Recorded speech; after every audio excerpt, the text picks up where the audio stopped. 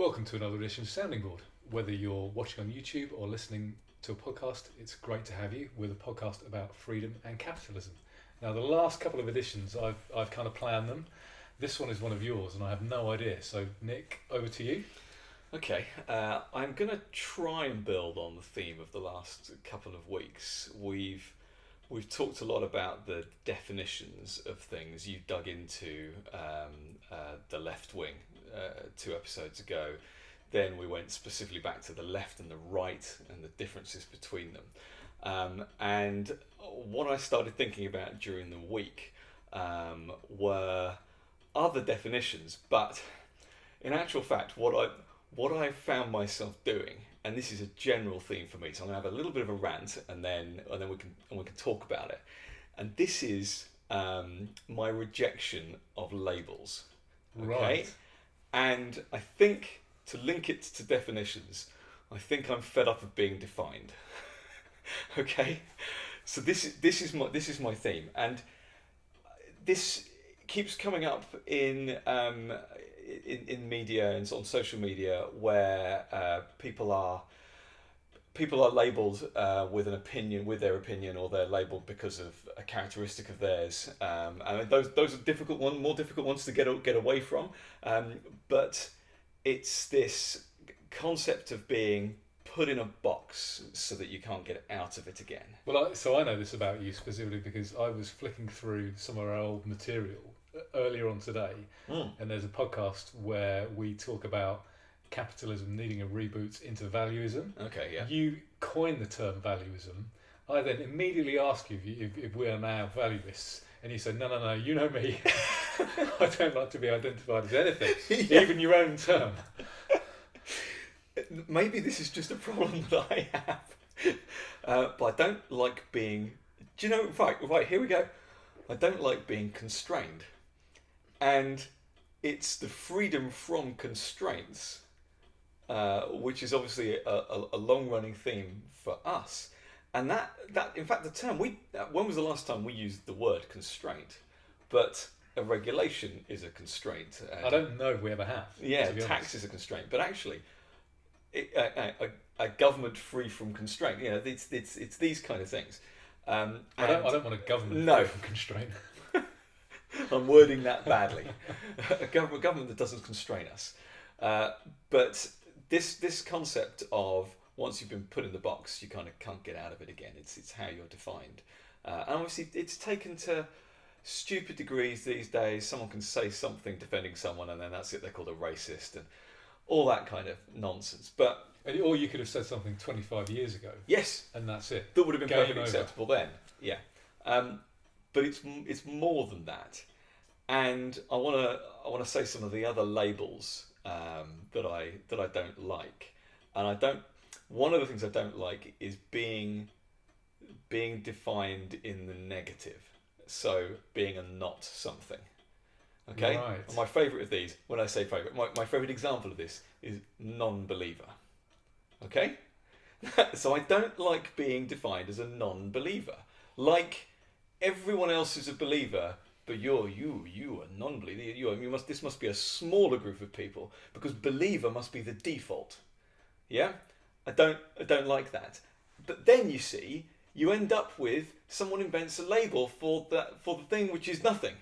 And yeah, believe it, you've got something extra. You've created religion, and now you're a religionist, and you are, in quotes, a believer in something you've invented. And you've now had to invent a term atheist for someone who doesn't believe in that way. So I've never wanted to describe myself as an atheist. Well, so correct me if I'm wrong here. So I'm not entirely sure of the definition, but is atheist someone who doesn't believe, or I thought an atheist was someone who believed there wasn't a God? Right. So Maybe. Do you see the difference? Because I do. They both require belief, whereas if you're, for example, agnostic, you don't know, which is probably what Yes. I would. I don't know either way. Yes. But I see what you're saying. Highly unlikely though. And this also applies to the NHS, to climate change. Oh God, yes. You're a non-believer. Well, and so now it's denier, obviously, and so it's like I mean, I'm inventing this phrase now, but a belief denier is the equivalent term. They use the word denier because because of Holocaust denial. Because of Holocaust denial. That's exactly it. Yeah. So I don't like non-believer. I don't like. This is my new favourite hatred word, cis. Now, what on earth? What on earth? And I don't. And this is the other thing. I also don't want to be defined as normal. Okay, I'm not normal. And obviously, you can get into the whole "what is normal" question, and we can get into statistics and the normal distribution and everything else, and what is most common versus midpoints and all this kind of stuff. But it's not that I want to be defined as normal in some way. And I'm not also, let's be clear, saying that what is currently defined as cis is, in quotes, normal. But I just hate that this definition has been created and that I'm suddenly labelled as it. Well, because I'm very clear about my gender. And particularly as the people who are doing the labelling are the ones who hate getting labelled themselves. Yes! The irony in that is ridiculous. Yes. You know, you cannot possibly use the wrong term for them or call them something that they don't But they like. can invent a whole term. But they can do the same thing for 99.98% of the population, or whatever the statistic is. See where I'm getting at now then? Oh, absolutely. Okay. Now, you can obviously take this further if you do start including terms like white or whatever, then it can get a bit more tricky because the major problem with using racial terms like black and white or person of colour or whatever else is that they aren't descriptive anymore. And in fact, they've arguably never been descriptive. You know, people are not black or white. And so these terms have crept in, then they've stuck. But also, you can look at you and say, oh, you're white. But that doesn't in any way, shape or form describe your ethnic makeup, which is actually only 3/4 European white. And in fact, you did your test. I had my DNA test, so I'm about a third of Indian descent. Yes, exactly. And we knew about the quarter. We're both a quarter Tamil, a very dark-skinned Indian. And then you did the DNA test, which I mean, I'm interested to know what the margin for error is on this kind of stuff. But yeah, suddenly it increased to a third, and it's like, well, what happened to the rest of the English side of the family or whatever? My favourite, just as an aside, was 2% Pacific Islander. Oh yes, from that. That's a stat I remember because I'm thinking, well, your DNA in terms of origins must be pretty similar to mine, to the brothers. I imagine that there wouldn't be much of a variation there at all. But 2% Pacific Islander. In fact, wasn't there a whole thing about it? It put it into a percentage of you are less or most like the people of this country or something. Wasn't there some weird stats? Yeah, and so one thing that amazed me as well was that the largest percentage by only a bit, but it was over a third, was Irish descent. Right, okay, which we didn't really know about. We didn't know at all. Obviously, the name Elliot comes from up north and Scotland, but it must have been Celtic origin from Ireland. Yes. Back in the day that moved across up into Scotland. Yeah, I mean the Elliots are a border clan, but of the Scottish borders. But as you said, Celts shared. But I've got part Finnish. There's all sorts. But wasn't there a whole thing of you are like you are only like 10% of the population of the UK or something? It was some way of comparing you with the average Joe. Right. And it was very much I can't remember that too and it was. Well, that Pacific Island was very rare because apparently the vast majority of them are. That's it. They just they are alone and they don't really move off the island at all. Exactly. Yes, that's the kind of their trait, isn't it? But yet you can be very easily labelled white, and so it doesn't bear out these things. Not that it particularly matters. But just while we're on this subject, have you read The Madness of Crowds? I haven't yet. No.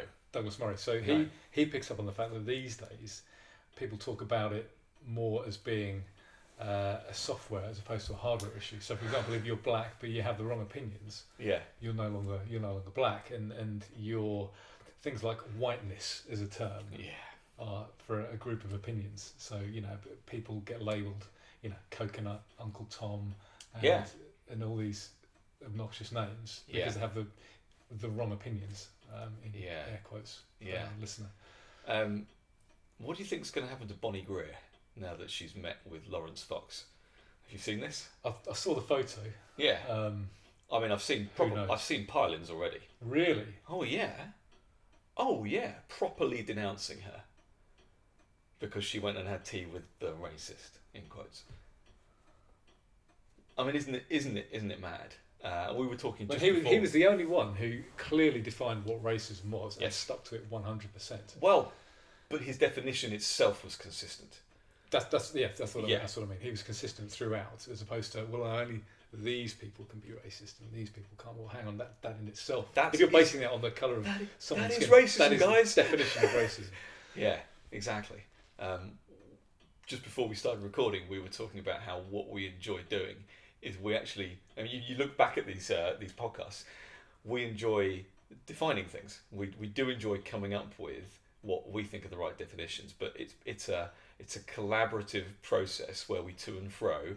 One of us may come with something, and then the other person challenges it, and we try and end up with a better definition at the end of it. It's a groundwork for the discussion, isn't it? I mean, you need to do that so that everybody knows what you are discussing. If we just talked about racism, or capitalism or whatever, we need to define it so that people know specifically what we're talking about. Yeah, I agree, and I do enjoy doing that as well. Yeah, and I think what we've worked out is there's a lot of material just in the definitions, and this is kind of part of the other problem I want to talk about, because the labels get misused, and the labels get twisted, and so now people can be labelled a Nazi and a racist and all this kind of stuff, and they start losing their true meaning, and they start losing their meaning whatsoever. Calling everyone a fascist, it kind of devalues the term, doesn't it, a bit? And I feel that's happening now with these labels. It's crying wolf. I mean, heaven forbid some real fascists come along. Yeah, what do we call them? And Uberfash. And who's gonna know? Because everybody's called a fascist these days. It will just get ignored. Do you think that means that there's more chance that this is actually having the opposite effect of the people who are supposedly anti-fascists? I'm not talking about the normal people, the people who keep throwing the term around with impunity. Do you think they are allowing real fascism to kind of come in by the back door, or at least creating the atmosphere and the environment that means it can happen undercover a bit more? Yes, I don't think it's happening yet, but I think it is. They are providing the environment for sure. Yeah. Because also things like, if you shut down speech, and you just shut down arguments, then that gives everyone, fascists included, a legitimate grievance. Yeah. You don't want to give fascists legitimate grievances, no, do you? No. Don't we want to give anyone legitimate grievance? But should we start with the fascists? Well, we can all agree on that. Yeah. So I hate labels. I hate being put in boxes. I hate being defined. So you're a non-labeler. Oh God! Don't start labelling me with your non-labels. And I think I can bring this on to just tribalism in general. But you see, we're told that people, and the evidence is there, people like to be part of tribes, and so political parties and communities, and in fact the identity politics brigade on mainly the left are stoking up, because it's possible, these groupings of people where you get to, in fact, they make it so that the more labels you grab, this is intersectionalism, isn't it? The better you can be treated, and so actually it's good to be part of a multi-ethnic group. So you and I should be shouting about our 33% Indian and 2% Pacific Islander, because that allows us to enter a particular group. But the problem is that we're male and we're white and we're middle-aged now, and all that kind of stuff. But I just don't feel tribal, and I'm not sure I ever have. I wouldn't describe myself particularly as a loner, but at the same time, I've always been quite happy on my own. You know, this is this a minority thing, that not wanting to be part of a group? I think it's a libertarian thing, because I'm exactly the same, and I just want to be treated as an individual, and it's I've never really been like a massive patriot or anything like that. Shall I tell you my next theory, my next problem though? Okay, this is also the reason why I don't want to define myself as a libertarian. No, that's fair enough. And I went with classical liberal for a while. I sometimes use that term because it's easier to communicate to people what that means. But I don't believe a true libertarian would label themselves libertarian, because that means they're putting themselves as part of a group. And a true libertarian is rejecting collectivism, and labelling yourself as part of a group is a form of collectivism. What say you, sir? This is almost like your all government departments are left wing, even the right wing ones. And this is why, because they're owned by the state. Prove me wrong. So it is an interesting one, particularly as the word libertarian came from the left originally. Another example, capitalism invented by its enemies. Libertarianism is kind of similar, but also, I mean, you see this on social media and you see it in punditry. The term is just misused, and people will define themselves.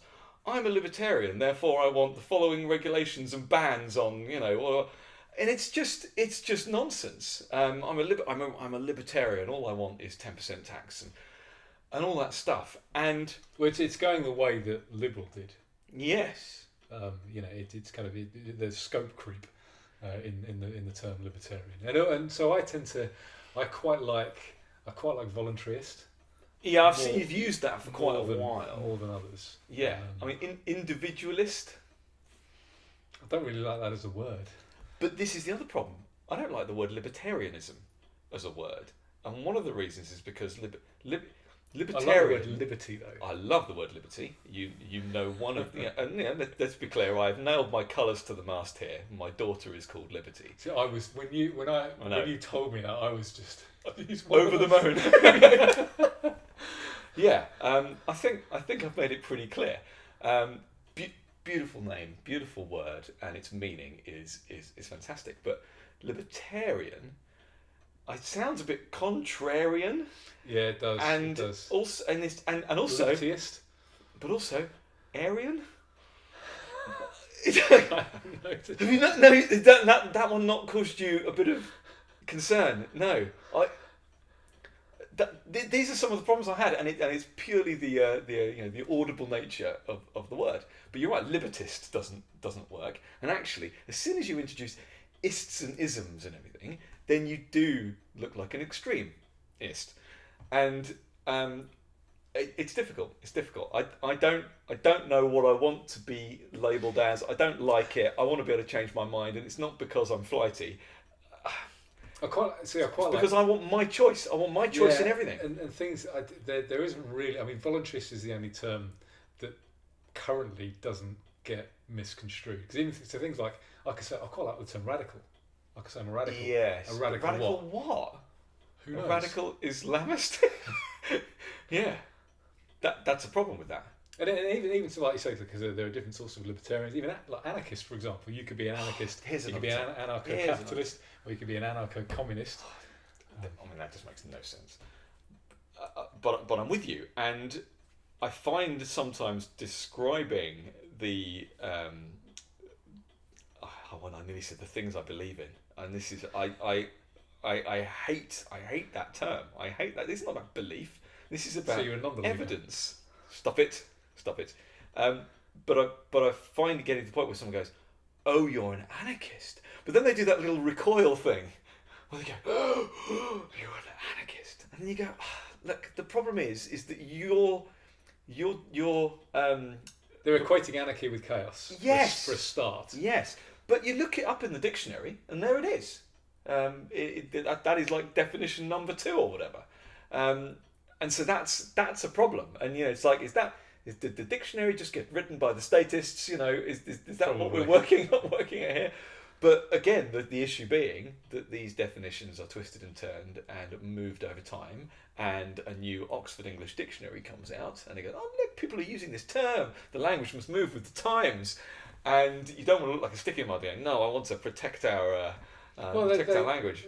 A couple of years ago, they changed the Oxford English Dictionary changed the word Literally. to mean not literally. And you knew I knew where you were going with that.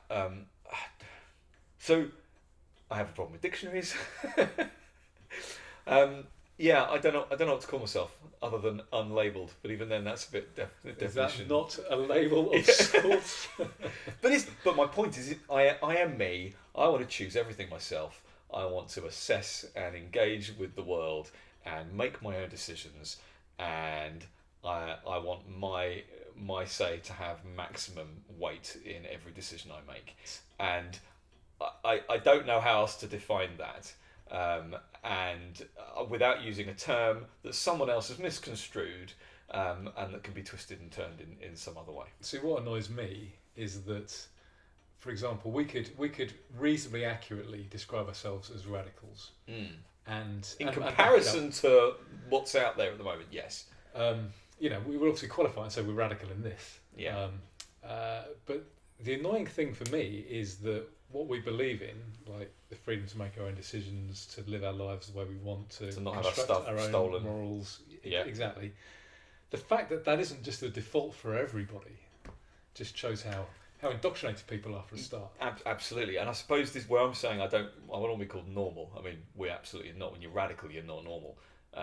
But I may accept default as a label if default means what you just described. But again, the point is you have to take that definition and attach it to that word.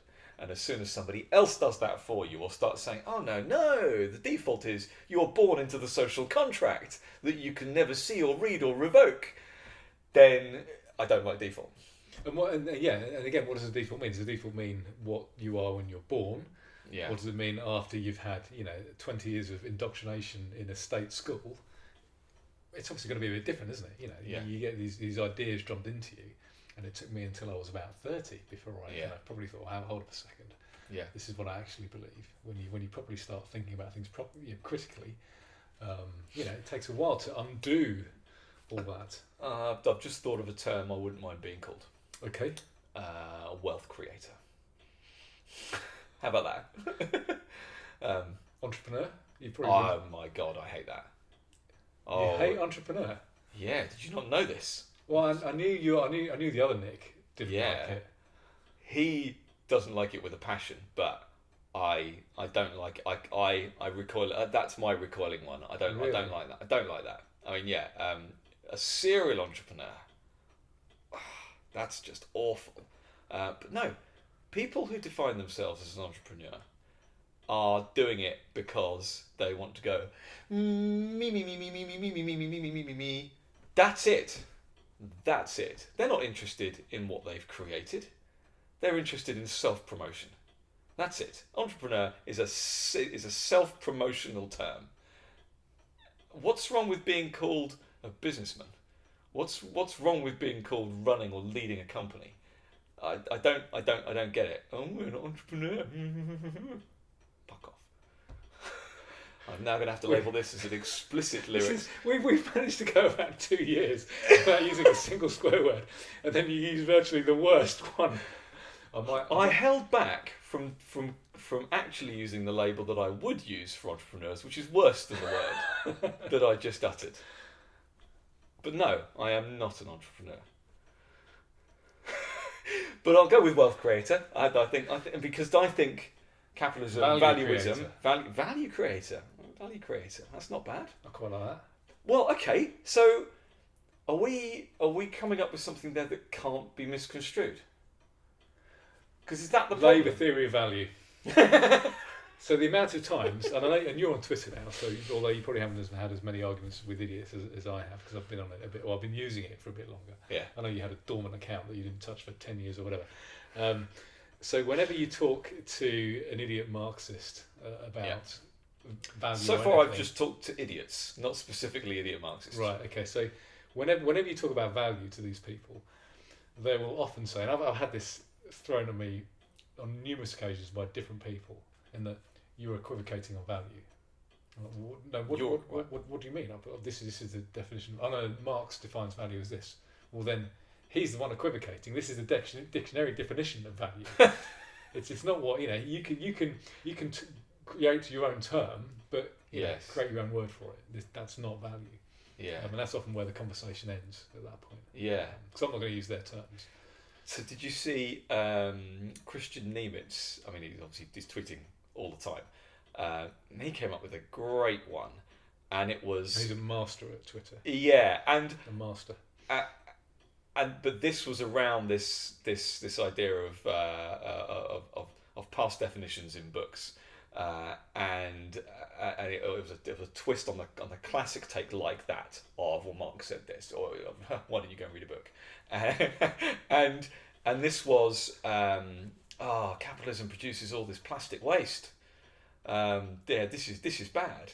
And hang on a minute, why aren't we going back and quoting Adam Smith and saying, well, in Adam Smith's book, it doesn't say anything about creating loads of plastic waste, so this can't be capitalism. and you instantly go, well, of course, that's how that person argued with you.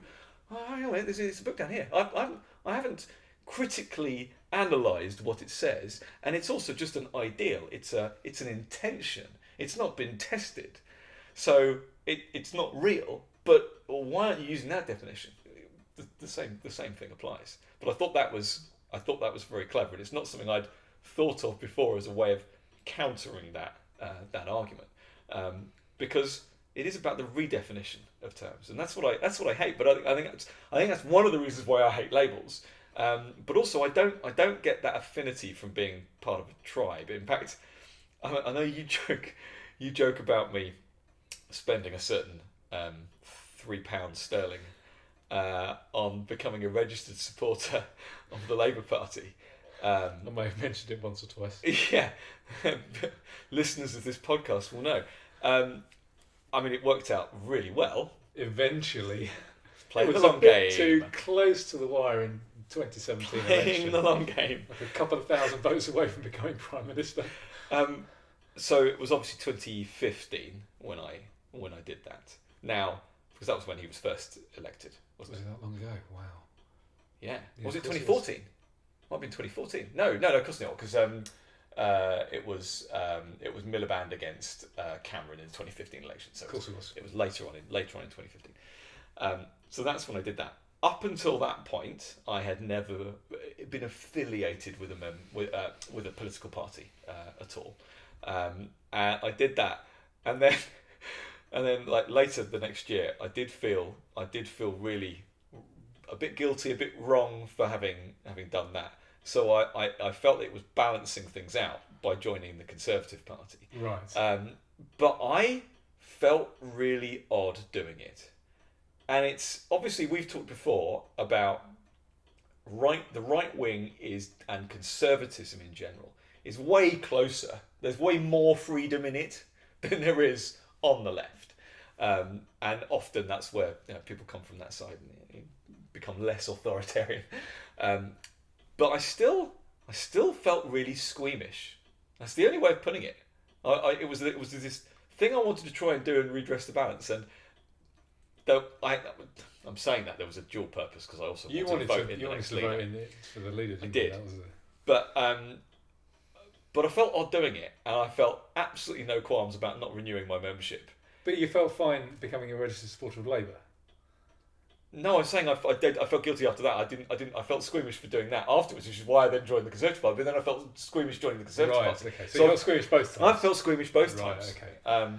And I didn't get my value for money for joining the Conservative Party at all, because I didn't get to choose any leader. Didn't bother doing it this most recent time. I think I've said before on the podcast, I did look into how much it would cost to join all of the parties, because during this 1-2 year period, they all had a change of leader. Well, you'd have got bang for buck. I could have elected. You could have voted for 6 leaders. But also, the Lib Dems get through leaders pretty fast as well. They're leaders at the moment, and the Green Party have In fact, they like lots of leaders. So you again, you might consider you get bang for your buck there. But You they get to have vote more a couple leaders in. than MPs, don't they? Yes, they do.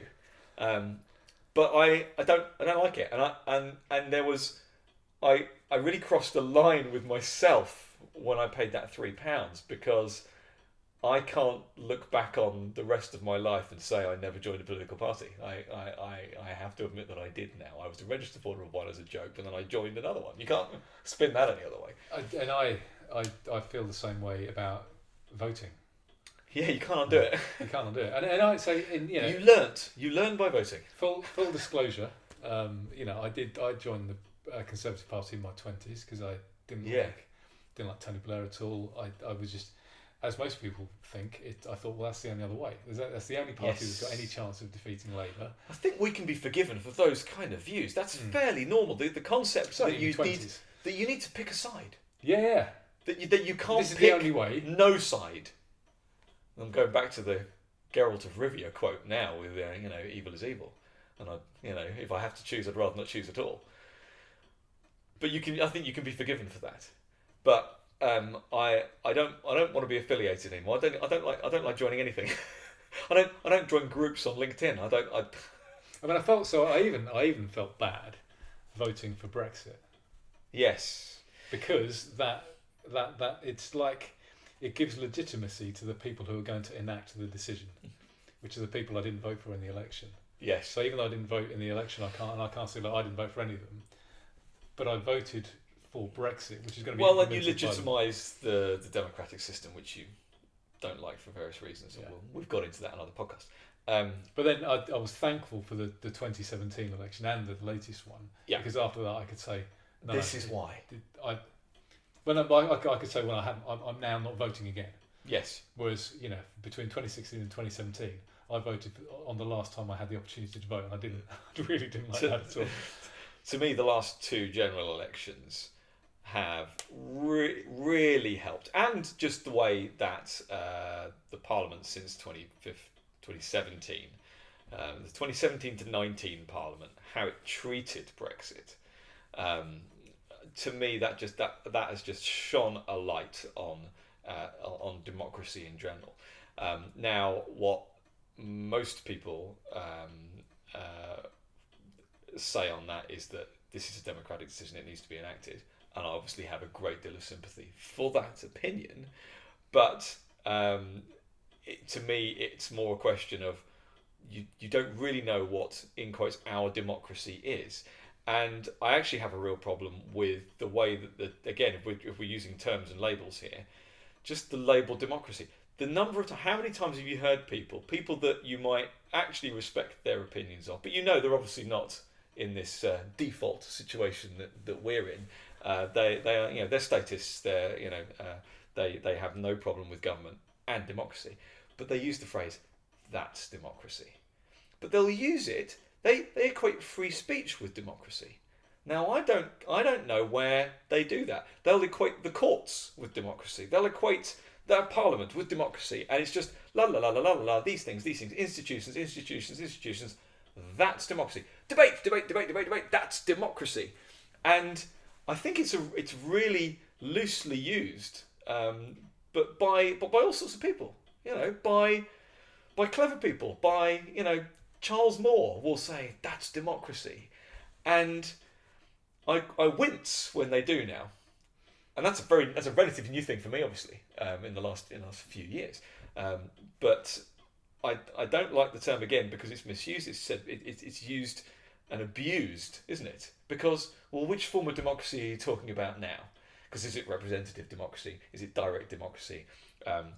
Which voting system are you using? What are you voting on? How often are you voting on? Are there term limits? And but it's all democracy, isn't it?